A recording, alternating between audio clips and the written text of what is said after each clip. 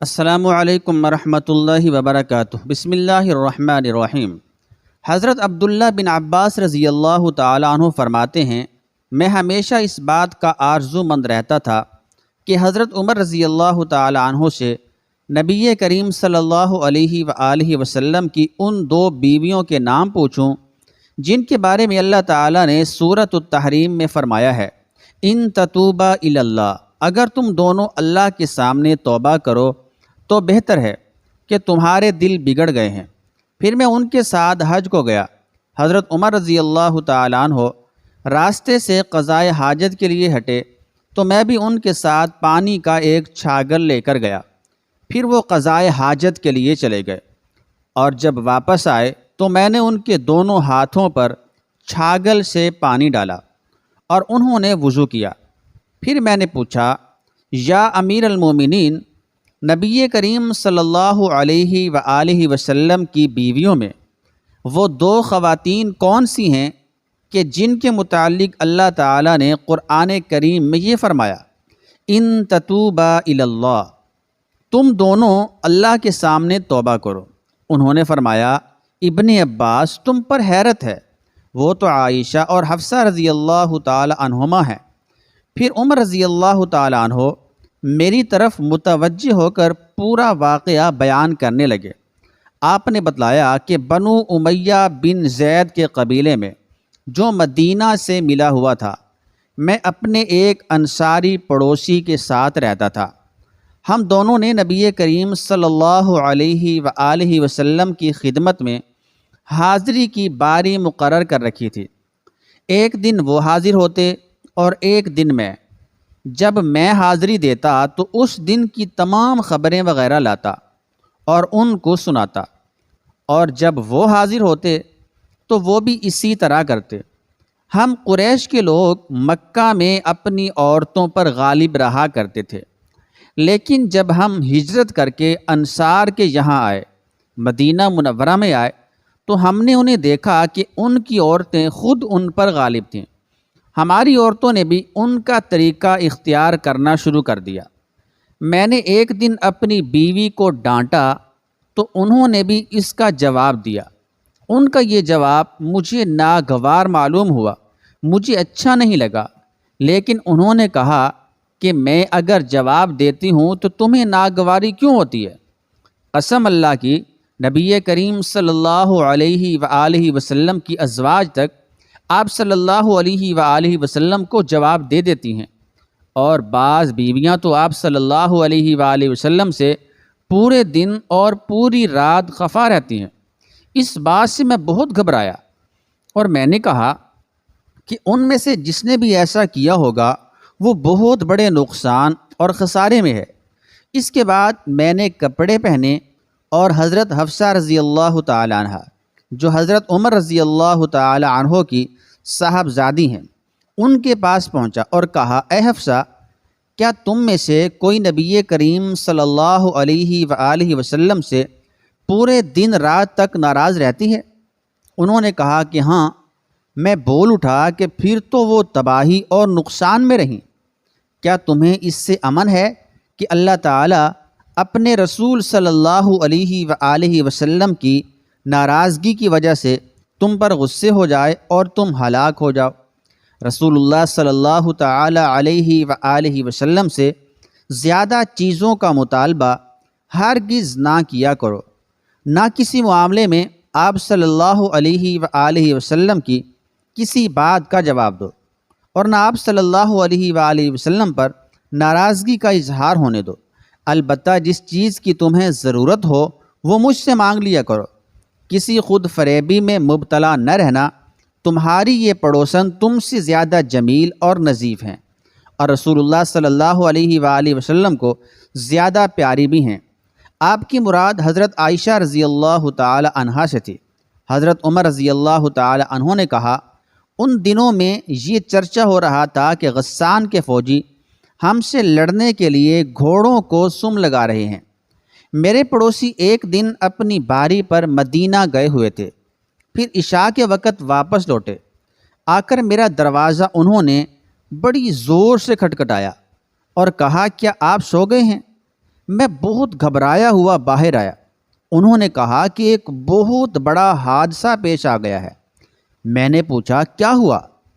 کیا غسان کا لشکر آ گیا؟ انہوں نے کہا نہیں، بلکہ اس سے بھی بڑا اور سنگین حادثہ، وہ یہ کہ رسول اللہ صلی اللہ تعالی علیہ وآلہ وسلم نے اپنی بیویوں کو طلاق دے دی۔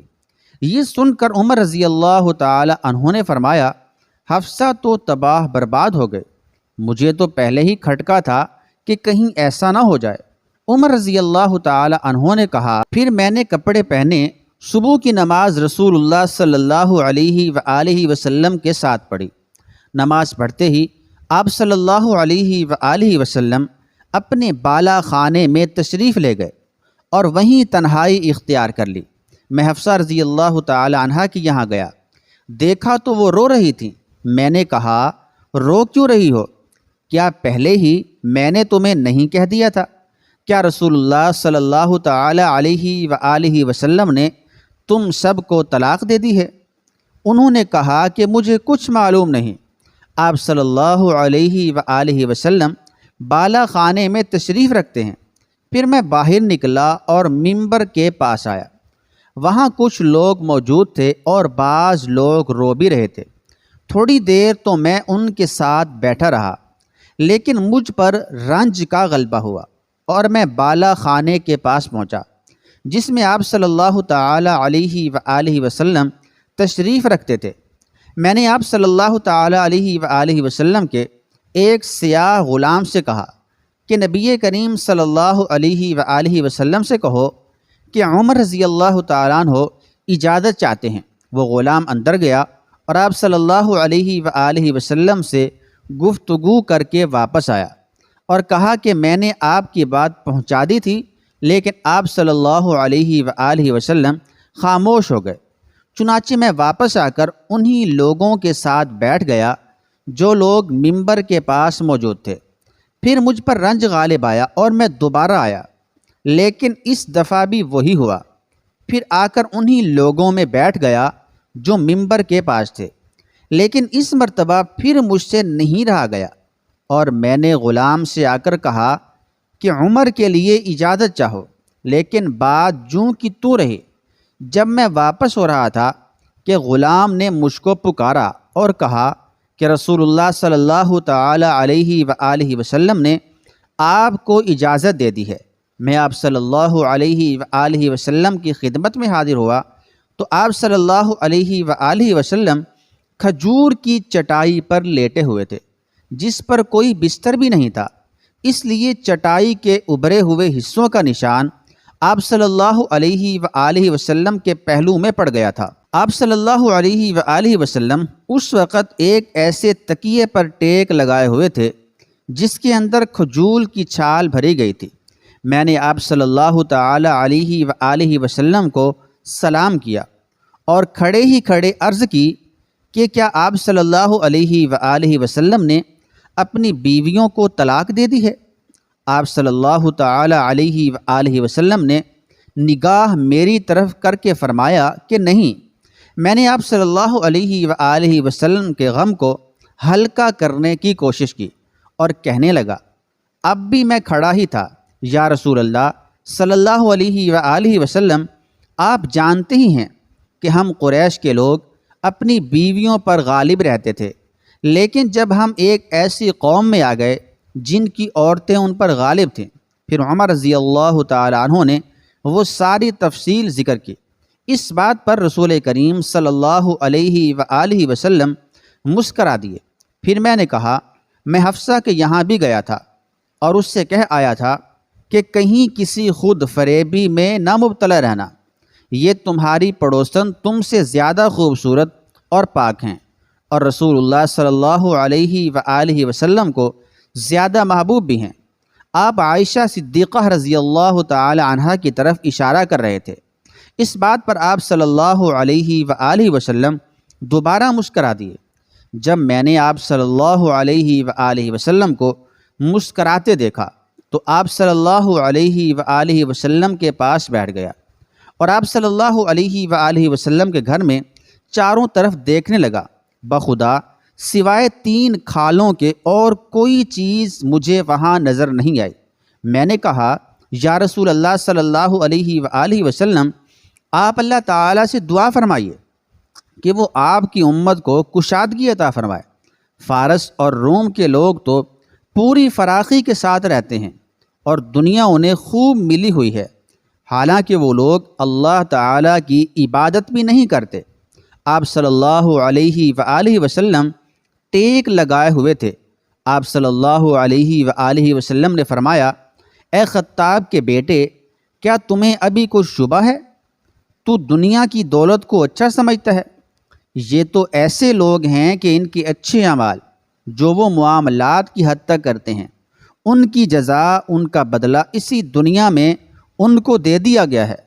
یہ سن کر میں بول اٹھا، یا رسول اللہ صلی اللہ تعالی علیہ وآلہ وسلم، میرے لیے اللہ تعالیٰ سے مغفرت کی دعا کیجیے۔ تو نبی کریم صلی اللہ علیہ وآلہ وسلم نے اپنی ازواج سے اس بات پر علیحدگی اختیار کر لی تھی کہ عائشہ رضی اللہ تعالی عنہا سے حضرت حفصہ رضی اللہ تعالی عنہا نے پوشیدہ بات کہہ دی تھی۔ نبی کریم صلی اللہ علیہ وآلہ وسلم نے اس انتہائی ناراضگی کی وجہ سے جو آپ صلی اللہ علیہ وآلہ وسلم کو ہوئی تھی، فرمایا تھا کہ میں اب ان کے پاس 1 مہینے تک نہیں جاؤں گا، اور یہی موقع ہے جس پر اللہ تعالیٰ نے آپ صلی اللہ علیہ وآلہ وسلم کو متنبع کیا تھا۔ پھر جب 29 دن گزر گئے تو آپ عائشہ رضی اللہ تعالی عنہا کے گھر تشریف لے گئے اور انہی کے یہاں سے آپ صلی اللہ علیہ وآلہ وسلم نے ابتدا کی۔ حضرت عائشہ رضی اللہ تعالی عنہا نے کہا کہ آپ نے تو عہد کیا تھا کہ ہمارے یہاں 1 مہینے تک نہیں تشریف لائیں گے، اور آج ابھی 29ویں کی صبح ہے، میں تو دن گن رہی تھی۔ نبی کریم صلی اللہ تعالی علیہ وآلہ وسلم نے فرمایا، یہ مہینہ 29 دن کا ہے، اور وہ مہینہ 29 ہی دن کا تھا۔ حضرت عائشہ رضی اللہ تعالی عنہا نے بیان کیا کہ پھر وہ آیت نازل ہوئی جس میں ازواج النبی صلی اللہ علیہ وآلہ وسلم کو اختیار دیا گیا تھا۔ اس کی بھی ابتدا آپ صلی اللہ علیہ وآلہ وسلم نے مجھ ہی سے کی اور فرمایا کہ میں تم سے ایک بات کہتا ہوں، اور یہ ضروری نہیں کہ جواب فوراً دو، بلکہ اپنے والدین سے بھی مشورہ کر لو۔ عائشہ رضی اللہ تعالی عنہا نے بیان کیا کہ آپ صلی اللہ علیہ وآلہ وسلم کو یہ معلوم تھا کہ میرے ماں باپ کبھی آپ صلی اللہ علیہ وآلہ وسلم سے جدائی کا مشورہ نہیں دے سکتے۔ پھر آپ صلی اللہ علیہ وآلہ وسلم نے فرمایا کہ اللہ تعالیٰ نے فرمایا ہے کہ اے نبی، اپنی بیویوں سے کہہ دو۔ یہ پوری آیت ہے قول عظیمہ تک، اس کا ترجمہ آپ تفصیل کے ساتھ دیکھ سکتے ہیں۔ میں نے عرض کیا، اب اس معاملے میں بھی میں اپنے والدین سے مشورہ کرنے جاؤں گی؟ اس میں تو کسی شبے کی گنجائش ہی نہیں ہے کہ میں اللہ تعالیٰ اور اس کے رسول اور دار آخرت کو پسند کرتی ہوں۔ اس کے بعد آپ صلی اللہ علیہ وآلہ وسلم نے اپنی دوسری بیویوں کو بھی اختیار دیا، اور انہوں نے بھی وہی جواب دیا جو عائشہ رضی اللہ تعالی عنہا نے دیا تھا۔